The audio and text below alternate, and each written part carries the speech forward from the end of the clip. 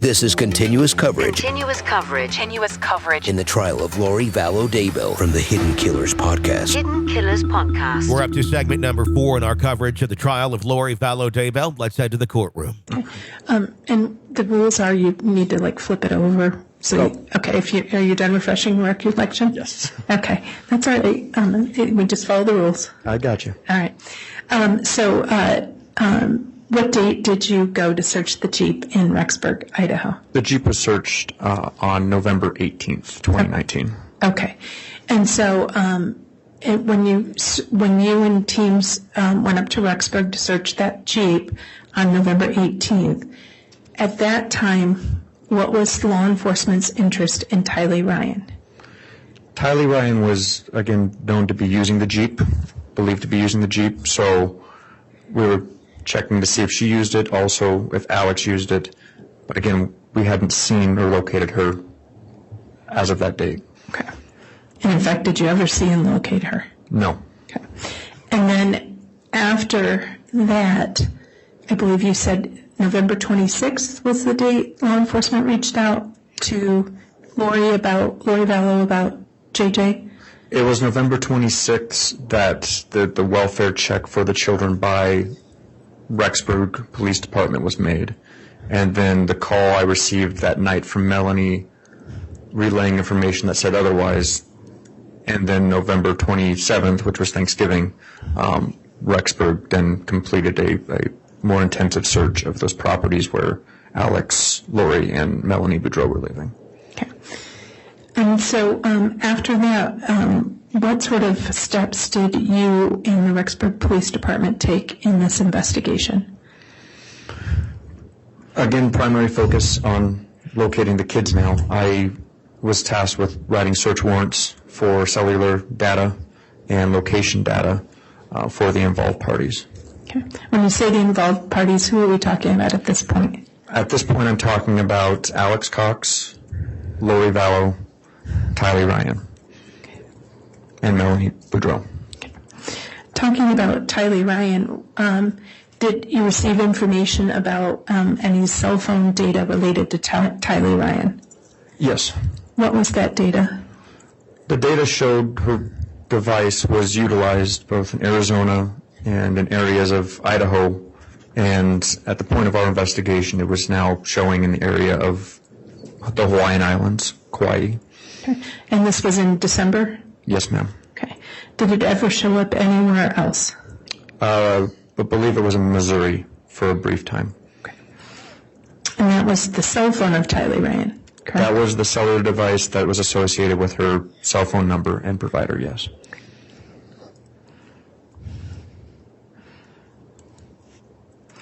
And subsequent or sort of contemporaneous, because all these things are kind of happening at the same time, right? Yes, ma'am. Okay.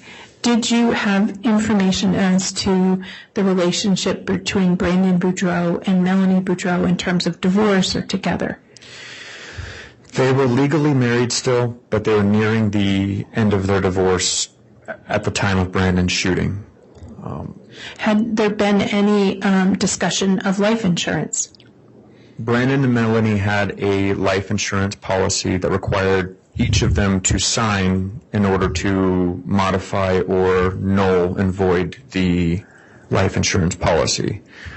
At my time in contact with Brandon, that policy was still valid, and if Brandon were to die, Melanie would get $200,000 or more. And did you have any information about how much Melanie had received as a part of their divorce settlement from Brandon Boudreau? Relevancy. Motive, Your Honor? Relevancy. Sustained. Your Honor, may I be heard? I've made a ruling on that, Ms. Smith. Okay. Was there, without the amount, was there a payout from Brandon Boudreau to Melanie Boudreau as a part of their divorce proceedings? Yes, ma'am. Okay.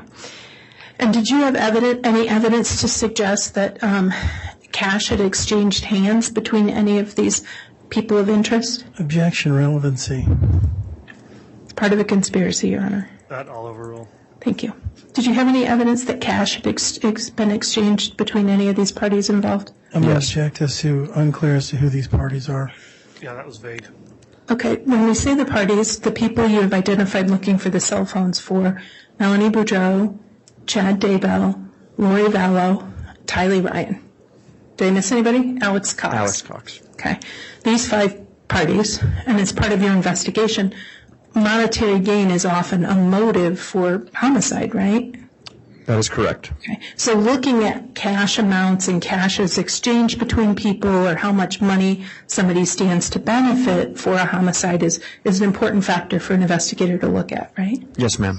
Did you receive evidence that any of these 5 people had exchanged money or cash? Yes. What information did you have? There were Venmo exchanges that were made, and there were also substantial amounts of money that were exchanged that were referenced in text messages with each other. Okay.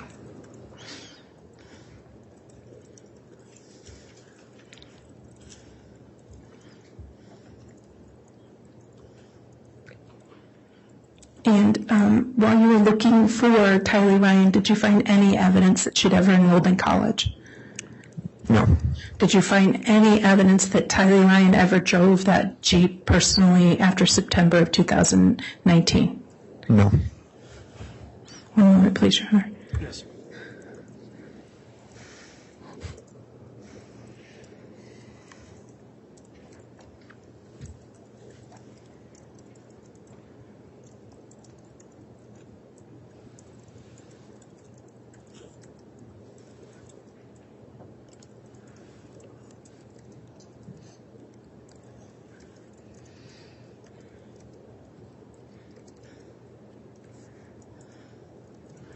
Thank you. I appreciate it, officer. That's all, Judge. All right. Thank you, Ms. Smith. Any cross? Your Honor, we know that the court has a prior ruling in February regarding the 404B evidence. We believe that all of the information garnered today in testimony was either 404B or so intertwined with 404B that we could not be able to effectively cross-examine him without losing our right to this 404B on appeal. So we're not going to have any questions. Okay. I understand, Mr. Thomas, then, so there won't be any cross-examination. Then that would conclude the testimony of Officer Pollard. Can he be released from any subpoena? We would ask that he is. Any objection? No, Your Honor. Okay. That'll conclude your testimony. Thank you for appearing. The bailiffs will assist you out of the courtroom. Thank you, Judge. Thank you, jury.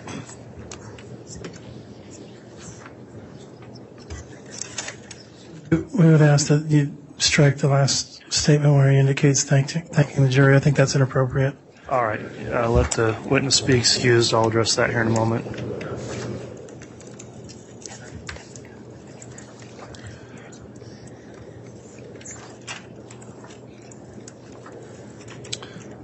All right. In regards to that last comment, it's maybe something that happens in Arizona, not typical in Idaho, that a witness would address the jury. So to the extent that was any attempt to influence in any way anything besides what was simply testified to, I'll sustain the objection and ask the jurors to please disregard that, even though it was seemed to be a benign comment, but I understand the purpose of the objection. So, Thank you, Your Honor. in addition, with that testimony having concluded, I will again provide the jury with an instruction that's been previously provided and will also be provided in your closing instructions in relating to these acts and allegations alleged to have taken place in Arizona. That is evidence that has been introduced for the purpose of showing the defendant has possibly committed acts other than for which she is on trial. Such evidence, if believed, is not to be considered by you to prove the defendant's character in this case, or that the defendant has a disposition to commit crimes. That evidence may be considered by you only for the limited purpose of proving the defendant's motive, opportunity, intent, plan, or absence of mistake or accident. So that's the instruction as it relates to the limiting nature of that evidence that was just entered into by the state. All right. I believe at this point the state intends to not call another witness until tomorrow. Is that correct? Yes, Judge. The next witness is fairly lengthy, and understanding that we had to end early today for other matters, the state would request that we start that lengthy witness tomorrow morning. All right. Thank you, counsel. We'll go ahead and have the jurors excused for the day then. We'll take a 15-minute recess or so, then we come back on the record for additional argument on an evidentiary matter in this case. So before you leave, let me just give you the daily admonishment. Please continue to abide by that. Don't discuss the case with anyone. Don't discuss it amongst yourselves. Please don't do anything to look the case up, or if you see it in the media, don't follow it at all. Don't do anything that would impair your ability to continue to render your fair and impartial service based only on evidence that's presented here in the courtroom. So we appreciate you adhering to that every day, the court and the parties both. With that in mind, you're excused for the day, and we'll see you tomorrow morning at 8:30. All right, please.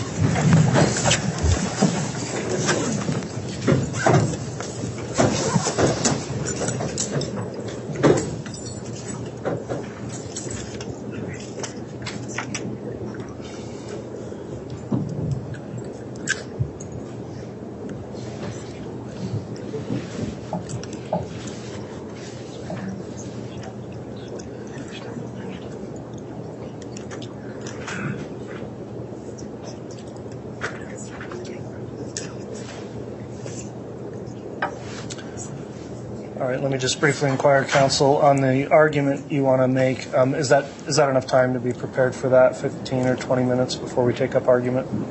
Yes, Your Honor. Okay. And were you able to provide a courtesy copy of that proposed exhibit to the court? I was not yet. I'm sorry. I was in witness. I will forward it.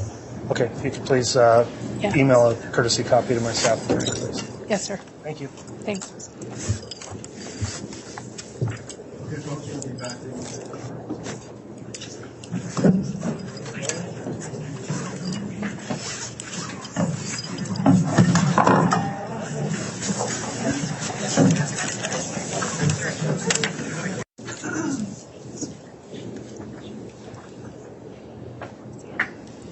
Thank you. Please be seated.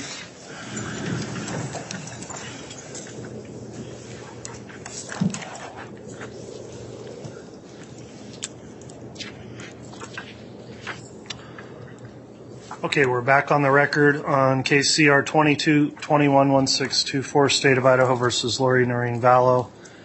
We've excused the jurors for the day. The court received a proposed exhibit, which would be a demonstrative or summary exhibit being proposed by the state in conjunction with the testimony of an upcoming witness in order to determine the objection outside of the presence of the jurors and without using their time to do this. We scheduled it for this afternoon, and so the court will hear argument on the exhibit today. I've made a quick review of it. I intend to take up argument on it and then make a ruling, most likely just as we get started in the morning, unless I think there's any kind of a ruling that would assist the parties that could be made this afternoon. So Mr. Archibald has raised, is going to raise an objection, I'm advised.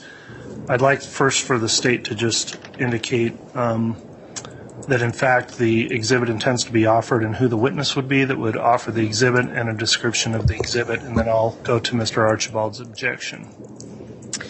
Thank you, Your Honor. It's an exhibit from Douglas Hart. He was the former special agent who ran criminal investigations for several counties in southern Idaho and supervised the agents who do criminal investigations both out of Boise and the Pocatello offices. The agents in the Pocatello office reported to him.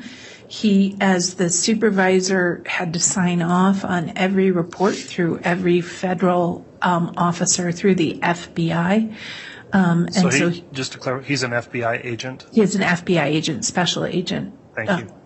And he retired in 2022 and is now the chief deputy for Canyon County. But he would be testifying as to his role, which has been ongoing in this investigation. And so to be clear, he, every FBI agent, every part of the FBI that had contact with this case reported to him. In addition, and so as a part of that supervisory role, every report, every analysis, every assignment was authorized by him or signed off on by him. And so he has reviewed literally and or signed off on every report done by any member of the FBI in this investigation. But more importantly, but in conjunction with that, he was also an active investigator on this case. Given the resources in the two offices for the FBI and given the resources for the departments, this what the court has heard numerous times, this was a joint investigation because you want me to keep going, Judge? You may. Okay. No one officer or department had the resources to track this over the 5 or 6 states by themselves. And so this partnership, he was an integral part of the partnership of these equal agencies. But his role was unique given his experience, his background, and his in-depth research into multiple things. But the state is asked him to testify as to the findings he did. It's specifically documented in this exhibit as a summary. It is about the iCloud accounts of Lori Vallow. Those accounts have already been admitted, I think without opposition from the defense. Those records in their business record certification has been referred to by numerous people in terms of specific isolated items. But he will testify as to a summary of those accounts. Mr. Wood, in anticipation of this argument, did a search, just trying to put it together in a PDF. And I think at last count, there were in one of the accounts alone, 23,000 pages of documents that is reflected in the iCloud in one of the accounts that go and are attributable to Lori Vallow. They were handled and returned jointly. There's over 100,000 points of data or text or records in this. And so the state is certainly not proposing to print them all off and hand them to the jury. And so in anticipation of testimony and in trying to find the cleanest way to present very substantial and important information, former Agent Hart, Chief Deputy Hart, put together a summary, and that summary is based on the original copies which have been available to the defense since 2021 and to per previous counsel before that.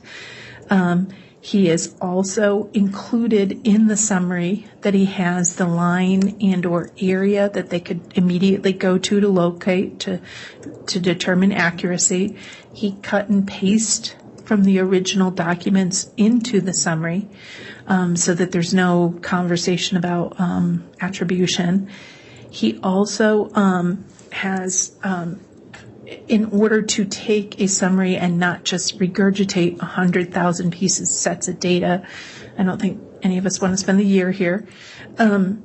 He found common topics, common themes that helped him present his findings. That makes it easier to present the information contained in these documents in summary. His background in an investigation, in supervision, in behavioral analysis is outstanding. He has the qualifications to make such a summary. He has the qualifications to take such summary and put it in context of the overall investigation, both from his personal experience and from his training, vacuum, and position at the time. And so the state's exhibit really is a way to move as quickly through important evidence as we can without losing context.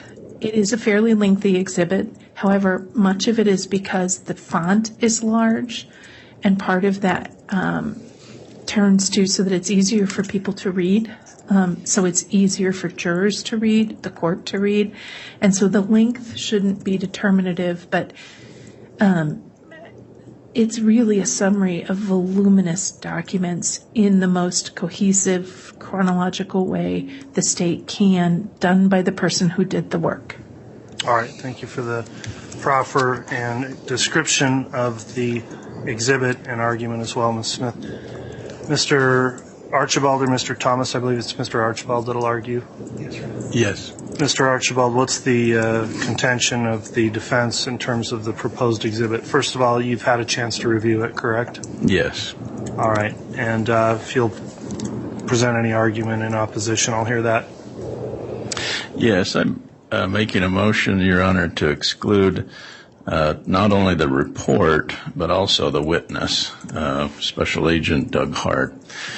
This report was emailed to us May 2nd at 5:49, so 10 minutes before 6 o'clock on Tuesday. And so this is a common practice of the state of Idaho, in this case, from the FBI, to get us all their reports and then hand us a summary the day before the testimony. And so these summaries, again, have been proffered as demonstrative summary of their testimony. So the issue I have with Agent Doug Hart is twofold. One, he has met with many of the witnesses in this case. He has prepped them. He has met with the prosecutor in preparing these witnesses for their testimony. I first heard about Doug Hart's extensive involvement in this case when a witness of the state called our defense team sometime this spring and was concerned that the FBI wanted to talk to this witness again. So I contacted the prosecutor. What are you guys doing? We're not doing anything. The FBI is setting up another witness prep meeting, as it was called. So these witness prep meetings were set up by this Agent Doug Hart to go over this witness testimony. A dozen or so witnesses, all who have testified here during the last 5 weeks. And so Doug Hart is extensively involved in this case, as the state has just informed the court. So when we found out he was interviewing all of the witnesses, we asked for a recording. So the cops are interviewing all the witnesses. We want the recording. Oh, the FBI doesn't record it, is what we were told. Well, how about a recording from the prosecutors? Nope, we didn't record it. How about a recording from the local cops? Nope, we didn't record it either. So we were, as a defense, in the dark about why they were contacting witnesses again, why they were prepping witnesses again, and not provided with any recording so that we could review them. So maybe this is standard practice for the FBI. Maybe this is what they do. But I don't think we do this in the Idaho courts. I think if anyone was talking to a potential witness, it would be their lead investigator, Detective Hermosillo. Detective Hermosillo has sat here the whole time. He's an authorized agent of the state, but Special Agent Doug Hart is not. He's not a designee of the state, but he's sitting in on all these witness interviews. And so now they want to put him on the stand to testify. So number one, that violates our exclusionary rule. He has done exactly what we don't want witnesses to do, and that is talk to all the other witnesses. Number two, this report that he's generated that we just received contains argument. It contains the state's theory of the case. It's not his investigation of these 100,000 points of data. as the court can now see in this 160-page report, it contains argument on every page. Page 3, these are dates and times told to him. Page 4, common themes. Now, common themes, that's an argument. That's not a summary. Lori and Chad's doctrine on page 6. That's an argument. That's not a summary. Page 7 through 10. Doctrine. That's an argument. That's not a summary. Pages 10 through 18. Obstacles to remove. That's an argument. That's not a summary. Justification for their conduct. Pages 18 through 57. That is an argument. That is not a summary. Manipulate. Pages 57 through 79. That is an argument. As we just heard a witness today say, oh, that was manipulation. Oh, isn't that convenient that the FBI agent who he met with a day or so ago has that in his report, the FBI agent, pages 79 plus. Manipulation is what FBI agent Doug Hart has on every page in his, not every page, but from page 79 on, he refers to manipulation, and that's argument. That is not a summary. Removing obstacles, that's an argument. That's not a summary.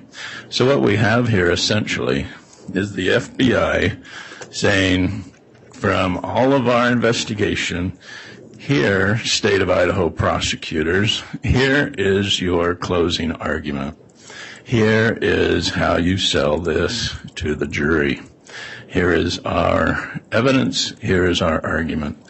And we're going to disguise this as a summary so that the jury can read it. And it's not appropriate. The FBI is not in charge of this case.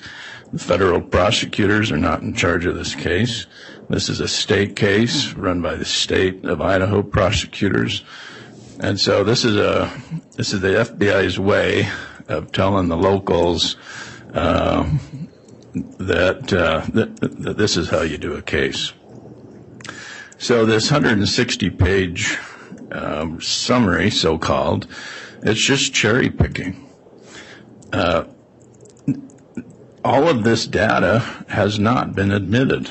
There's not 100,000 pages that's been admitted. If it has been admitted, Your Honor, then they don't need to be summarized. So if this evidence has already been admitted, we don't need a summary. We don't need this witness. So I'm very concerned about this witness testifying, again, because he's talked to, I don't know how many, because I haven't been told that information, so I can only guess. But the lay witnesses he's talked to, all the FBI agents, the state of Idaho has just now said Doug Hart was in charge, so all the FBI agents who have testified have reported to Doug Hart. So he's now summarizing the case, and that's just inappropriate. So we'd ask that he be excluded, and then if the court's not willing to exclude him entirely, exclude his summary. Thank you. All right. Any rebuttal argument, Ms. Smith? Yes, especially since some additional issues were raised, Your Honor. Yes. To start with, would you address first the timing of the defense receipt of the 160-page PowerPoint? I think a lot of that had to do with Are you confirming it was received 2 days ago? The exhibit was sent on May 2nd. And part of it was that's when we got it for him. He has another job. It's an exhibit to ease and create his testimony. It has been on the exhibit list for a substantial period of time. it's one thing to put it on a list, but nobody's been able to see it until 2 days ago, correct? Understood. Okay. And understood. But no, that the timing on that is correct. I think there's another piece of it is when he submitted it to us, there were some things on there that we weren't sure had come in. I didn't want anything in there about Joe Ryan. And so part of that was if we're going to use an exhibit that is summary, we also have to make sure when we proffer it to the court or to opposing counsel, there isn't something that the court's previously excluded. Sure. And so there's a degree to which with summary exhibits to be offered to a jury, we have to walk a very fine line that we don't violate any of the court's previous rulings.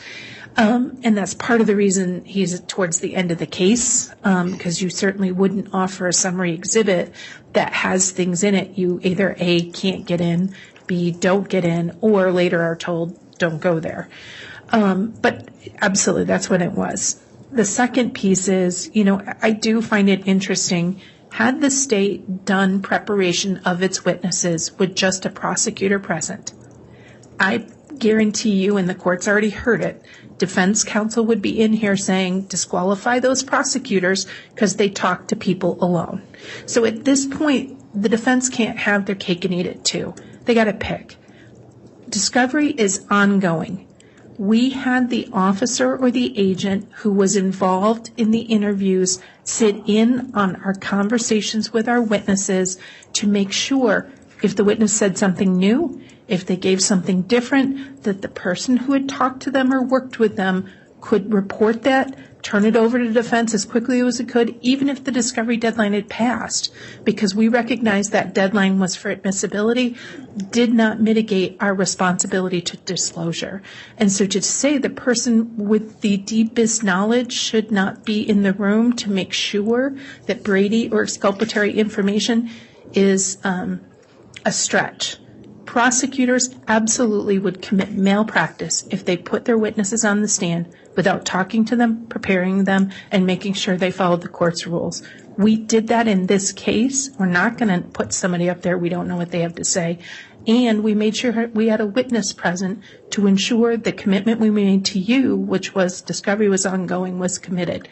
So it is a bit rich for the defense to say, hey, you're giving us too much discovery, and the person who gives us the discovery we want to exclude now because they did their job. So on the discovery issue, that is our obligation. He did what he was told.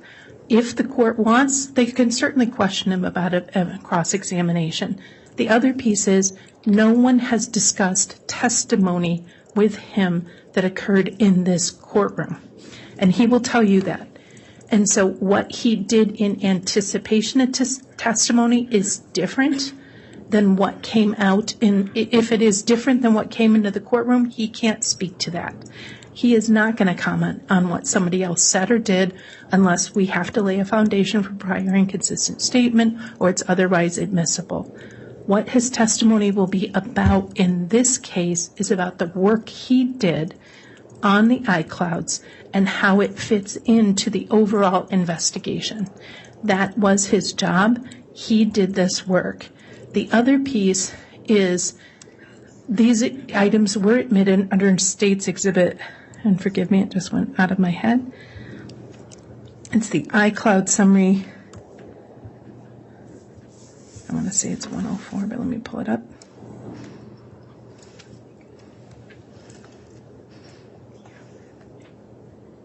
The Apple Certified Business Records for Lori for Style, the Apple Certified Business Records for Lolly Time. It was Exhibit 29. It came in probably day 3 of the case. Multiple witnesses have referred to those documents. The original and the entire content, all 100,000 data sets plus the individual pages, which total over 24,000 pages of documents, have been available to the defense. We certainly could throw them on a disk and give them to the juror, but that would be really burdensome.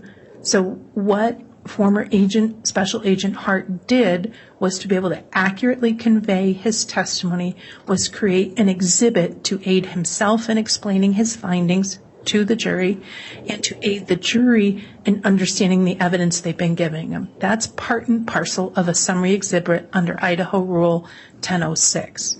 The other piece of it is to just throw things up there without context does not make sense. Those are common themes and ideas he found. The fact that it could also be used in closing argument just shows the validity of the evidence and the investigative conclusion. Investigators follow leads. They follow the evidence where it gives them. That evidence gives them themes and ideas, and they present that to the state. This document is a direct example of what law enforcement does, and it summarizes in a usable way for this jury voluminous records that he has personal knowledge and information related to that. It is a way to take what is a vast amount of information and give it to this jury and to the court in a manageable setting. The discovery in this case is extensive for all the parties, and the court's seen that. We cannot ask this jury to sift through 100,000 records without some frame of reference, without some theme, and expect them to come up with a good result. And this solution is the best solution that the agent and the state could come up with. All right. I've heard argument on the motion. I'm prepared to make a ruling at this time, having considered the argument. I will note I did briefly scroll through the proposed exhibit, and one thing I'm not entirely sure we got on the record is whether or not it's been previously marked or labeled with a number, so we can correspond in the record what I'm referring to and what you've been referring to. Is it a state's proposed exhibit number?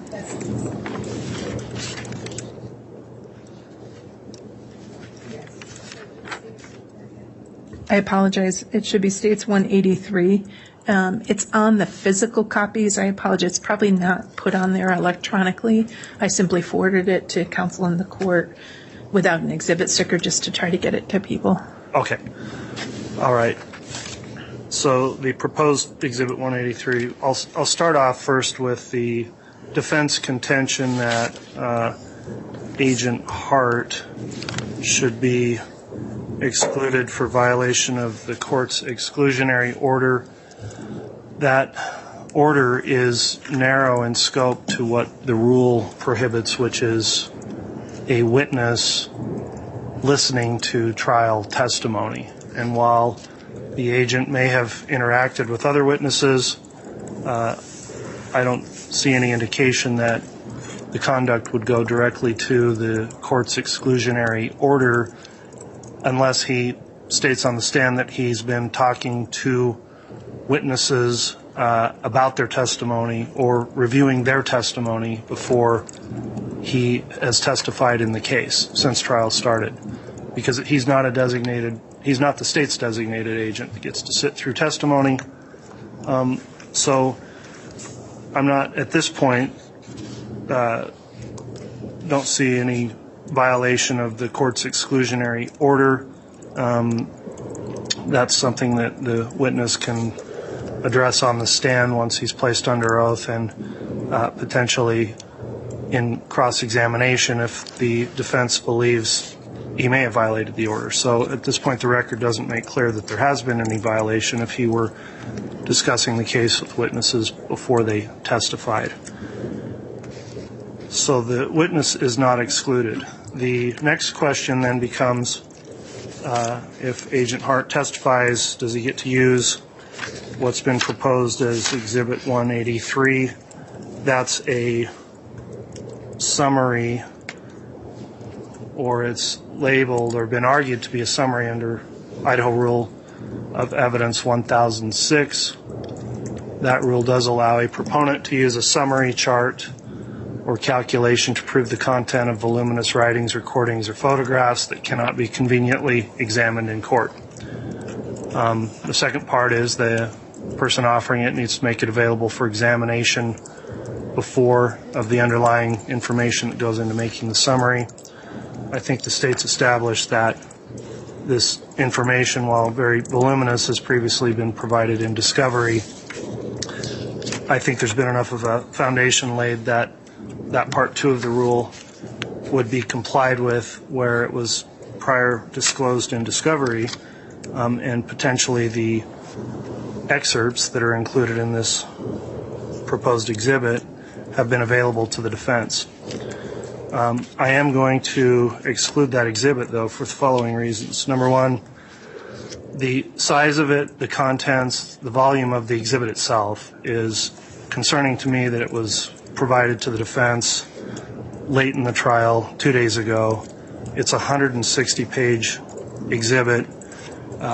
Not fair to have the defense need to be able to go back through what everybody concedes is a huge amount of information and determine whether or not the 160-page exhibit comports with the underlying information that was used to make the PowerPoint. The bigger issue I see also is I do agree with the defense that it's not just a summary of content. It's not here's an email, here's a text message, here's what it says. That's all allowable under Rule 1006. What the exhibit does is, when I look at it, it looks like a closing argument PowerPoint we're going to have at the end of a trial, where someone's tying all the evidence together, they're editorializing on the evidence and what it means, they're interpreting the evidence, they're pulling it together in such a way with some of those terms that Mr. Archibald indicated and that I saw in there as well, talking about what are the common themes. It refers many times to what it calls the affair that was taking place. I think it goes right into the provenance of the jurors to interpret the evidence and for them to make determinations about what the evidence means.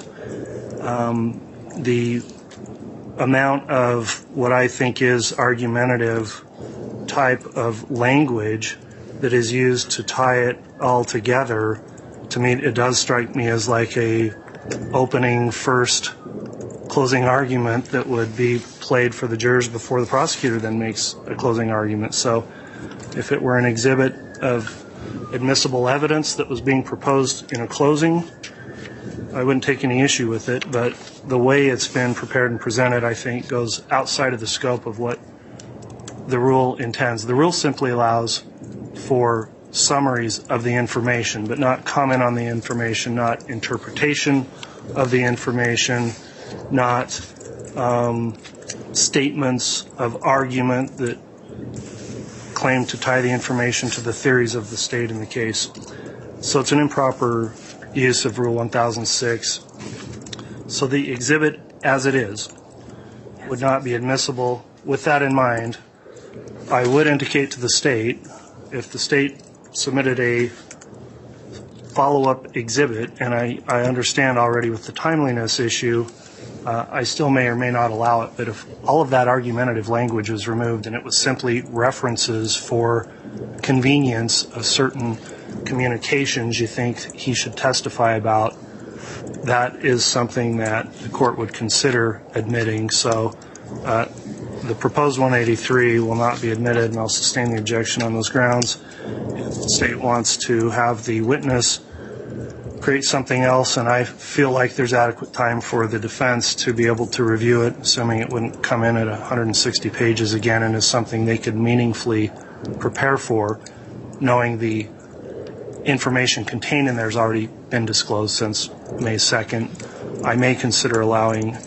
a different exhibit that assists the witness, but this one will not be allowed. So that'll be the ruling on that. Thank you. In anticipation of that, may I ask a couple questions we will be trying to do that, and I really want to try to avoid successive sort of suppressions, if I may. So the objections are to the common themes discussion that's in there and to the headers. And is there an objection, just so I'm clear, to the timeline that he puts in there, which is critical to his when he discusses why a particular text is referenced. So I'm sorry. I don't think timelines are objectionable as long as they're not, labeled about what they mean relating to some theory of the case. Also, these are, there was a lot of information in that PowerPoint that was argumentative. So I think the state can sort that out with my comments on what I think is proper or not. I will further entertain any objection based on the timeliness, again, depending on what comes back. If it's a cut-down version that looks manageable, and I think the defense has had an adequate opportunity to review since they have received the underlying information and discovery previously, it may be admissible, but at this point, that's about as clear as I can make it for the state. Understand. And so should the state request to not call him tomorrow, but instead to call him on Monday? Understanding we follow the court's rule, is that something the court would entertain? Well, your order of witnesses is up to you, but I'm not intending to just take a day off to let you have your witness prepare an exhibit tomorrow.